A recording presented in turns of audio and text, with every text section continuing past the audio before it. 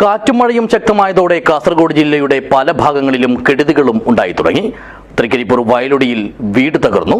കൊടക്കൽ വസന്തിയുടെ വീടിന്റെ മേൽക്കൂര തകർന്നാണ് നാശനഷ്ടം ഉണ്ടായത്.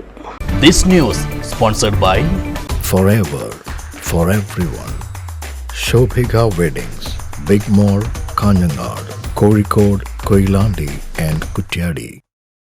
ഞായറാഴ്ച പകൽ വീശിയടിച്ച ശക്തമായ കാറ്റിലും മഴയിലുമാണ് തൃക്കരിപ്പൂർ വയലോടിയിലെ കൊടക്കൽ വസന്തിയുടെ വീടിന്റെ ഓടുമേഞ്ഞ മേൽക്കൂര തകർന്നു വീണത്. ഉച്ചതിരിഞ്ഞ് 3:30 സംഭവം. ശബ്ദം കേട്ട് വീട്ടുകാർ പുറത്തേക്ക് ഓടിയതിനാൽ ആർക്കും അപകടം സംഭവിച്ചില്ല.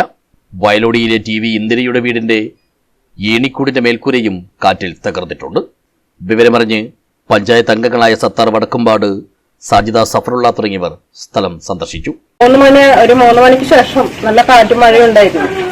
അപ്പൊ ഞാൻ വീട്ടിലെ അടുക്കളയിൽ എന്തോ പണിയെടുത്തോണ്ടിരിക്കുന്ന സമയത്ത് പെട്ടെന്ന് ഒച്ച കേട്ടപ്പോ ഞാൻ പുറത്തേക്ക് ഓടിയതാണ്. ഭർത്താവ് പണിക്ക് പോയിട്ടുണ്ടായിരുന്നു, ഞാൻ മാത്രമേ ഉണ്ടായിട്ടില്ല.